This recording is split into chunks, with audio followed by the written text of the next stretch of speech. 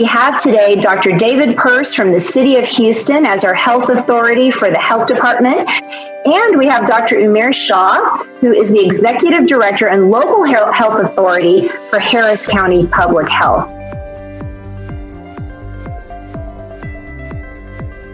But I will say that in usual times, and even unusual times like today, we want to make sure that we're, feeling healthy ourselves, and that we're doing everything to fuel our body with, the right foods, healthy foods, and moving our body. Even if we're doing virtual meetings, that we're trying to move around and making sure we're eating our vitamins and prioritizing sleep and really making sure that our mental health from a social and emotional well-being and reducing stress, all of that comes together.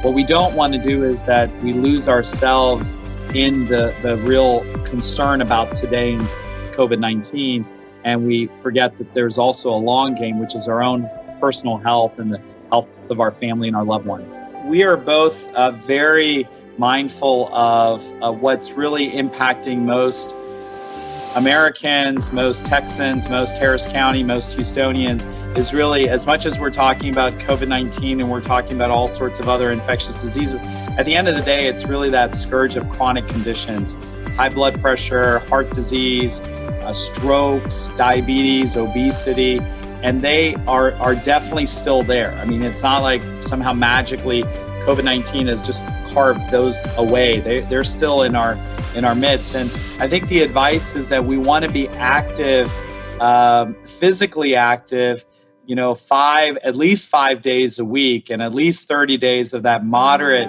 activity, and do whatever you can, and talking to your healthcare provider, whatever you can do safely to make sure you can be active, but to do something at least 5 days a week, if not all 7 days a week. The one thing is, your workout really shouldn't be work. It should be fun.